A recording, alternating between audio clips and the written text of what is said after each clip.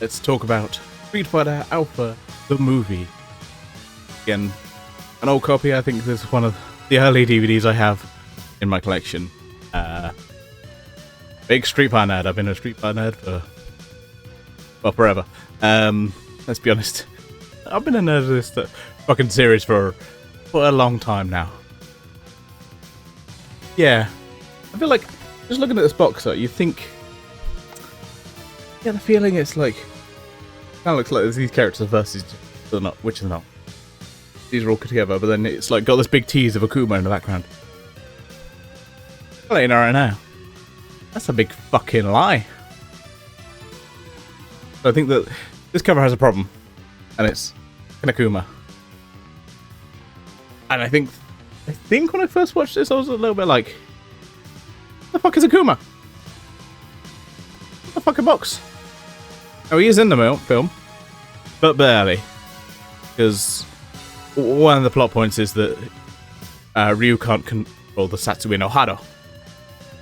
The Dark Hado. I think they call it in this one the Dark Hado. Let's be honest, let's call it the Satsui no Hado. Because it sounds so much cool. I sound so much like a prick when I say it that way. Right. What? Did that. This one, it does have alpha characters. Chun-Li is in her alpha outfit. Rose is in here. We got Sakura, who's kind of big. Ken, Zangief. Yeah, there's a few other alpha characters dotted in about the film. But it is very much its own film. Which, to be fair, I kind of get. They already did Street Fighter 2 the movie with Bison. And you've also got the live action movie with Bison. It's like, I can kind of understand why they didn't do that. Like, and why would you want to be associated with Street Fighter 3? The game is generally a failure. Like, yeah, obviously now, looking back at it, everyone loves, Third Strike, but at the time, that was a failure. That did very badly. Alpha, a bit more popular. Yeah, I kind of get, like, yeah, why didn't you do that? I was like, well, why would, what else you got? If you're not doing Street Fighter 3 with Gil, you don't really have anyone else. You could guess, I guess you could do a, no, you've already done the opening in the Street Fighter 2 movie with Sagat. So, yeah, you don't really have much options there. Like, okay. Kind of makes sense to do an original story. I feel like this film is good. I feel like it kind of shits the bed a little bit near the end. Like, it's alright. Very, very anime. Yeah, very... Like, It looks cool, but I'm just like... Cool fight. I'm just like, I don't know. It falls apart for me, personally. And I like this. So we introduced, like, Shun, who's this new character who's supposedly Ryu's little brother. Which I kind of like. I think when I was watching my commentary, I remember talking like, Ryu is a cool brother. And I kind of like this dynamic. I think it works for Ryu. Because Ryu needs something, like... He's not much of a character by himself a lot of times. A lot of it is his relationships with other characters. One being Ken. And his not relationship, but his kind of rivalry with Akuma, and how Akuma keeps trying to push him to get into the Satsui no Hado. There's a lot, Ryu is not much of a character himself, but he's better with, obviously other characters. So I like this. I like this brotherly aspect with Shun. I think it works very well. I would love to see it going forward. I'd love to see... I'd love to see Ryu have a student, basically. I think the games haven't done it yet. You kind of... Obviously, you train with all the characters in Street Fighter 6. I feel like they just haven't quite got there yet, and I'm just like... Oh, but it would work so well. Ah, it would just be so good. So good to have Ryu have a student able to train under and someone with him, like a Sakura character. Although I think Sakura's probably aged out of that now in this timeline, but fuck it, whatever.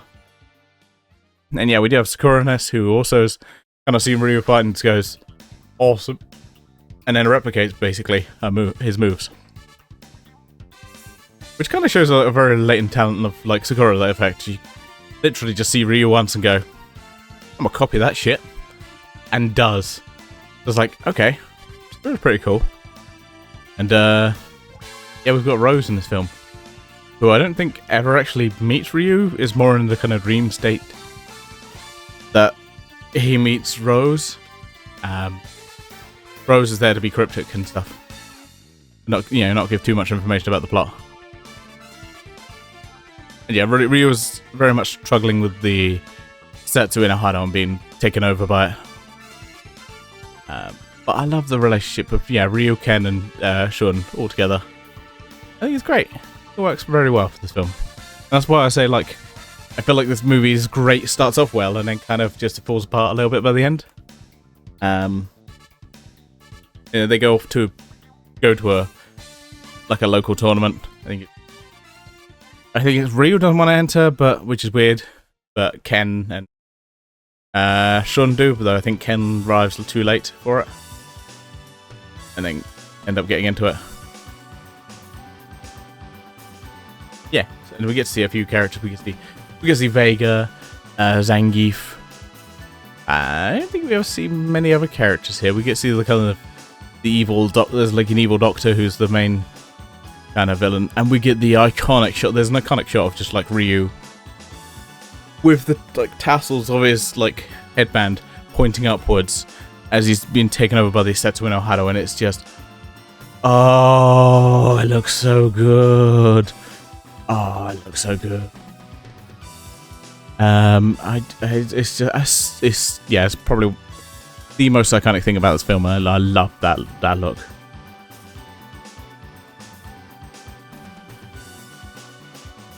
Right. So, yeah. And yeah, we see basically the aftermath of Ryu's Hadouken, how he destroys half a building because he's so fucking powerful. We get the kind of main underling, who's played by the same guy who played Bison in the Street Fighter 2 movie. And he sounds great, and that's why I was like, oh, why do he sound so familiar? Oh, right. Yeah, there's that.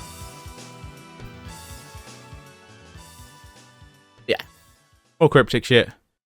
And then we finally get to see Akuma in the film, even if it's for a brief moment of Ryu going to his island going, ah. Anyway, Akuma's just like, does the classic, you're not ready. It's just a classic. No. Yeah, I love the Akuma's always been a bit, obviously, well, he's always been a lot evil, but he has like his kind of moral code of just like, no, I'm not going to fight anyone until they're ready to fight me. They're, a challenge, because he fights to kill. Oh, for obvious reasons. And yeah, then the kind of late half of the film is a whole bunch of Far Alpha characters going to this weird asylum thing. We get like Sodom, we get Adon, we get Birdie, we get Dan. I think this is, outside of maybe the Street Fighter 4 movies, I think this is the only time we really see Dan in these kind of movies. The ones aren't, directly related to a game or made for the game. You know what I mean? I need to get the Street Fighter 4 ones. Oh, you get Guy. Yeah. I love seeing Guy, and we find out these. I think it's very much like a Seth thing. Again, I think, although it's not clearly, obviously related to the films, I feel like a lot of stuff is kind of from this movie, just not as clear as like the Street Fighter 2 movie. Like, oh, looks familiar. And we get the kind of big evil cyborg guy who's there. He's evil. Taken down by Ryu. Ryu just basically goes fucking nutso. And then we get the evil doctor. Goes up. Goes, hey! And Chun dies. And that's the end of the film. Basically. And yeah, then we get like little teasers in the credits, just of the characters, and then Ryu finally going to Okuma. Which I guess kind of pays off in Street Fighter Alpha Generation. But yeah, this is very much a different film. We'll get to this soon. Yeah, this one I don't think it's made for the cinema, because it's 4x3, so it's definitely made for video. They say it's for the 10th anniversary, though. Published in 1999, so I think it came out in Japan in 1999. And then they were like, oh shit, this is the anniversary of Street Fighter 2. Cool. We'll package it for the anniversary of Street Fighter 2.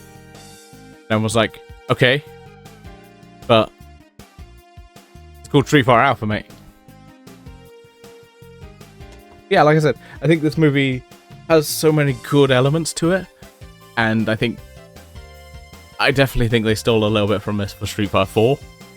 And the whole big evil, like, villain, the kind of very Seth-like character. Yeah, like I said, it's got some great looks. I think the Ryu with the tassels from his headband pointing up as he's just fucking taken over by the Satsui no Hado, as he's seen like Zangief just fucking murder this child, which seems a little out of character for Zangief. Zangief's been portrayed as a bit of an idiot, but like to fucking fuck up a child like this, it just doesn't feel quite right for him. So that's a bit weird. But yeah, love this movie. Honestly, I think it's great. It just doesn't. Well, no, I think it's good. Great. Like it's not as great as the Street Fighter 2 movie. This one definitely has some good elements, and there's some stuff I'm just like, and I wish they did this in the games. I want to see Ryu with a student. I love that relationship, Ken Ryu and like Shun. I kind of want to see that more. I like to see kind of like a next generation. I hope they do in the games, because Street Fighter 6 doesn't have like Sakura, Sean, these kind of characters that are the kind of next generation. I think Sakura's older than Sean. We only see her in Street Fighter Alpha. Oh, and then I guess 4 and 5, but yeah. We haven't seen her post Street Fighter 3 or Street Fighter 6 if she's older, like someone in her 20s.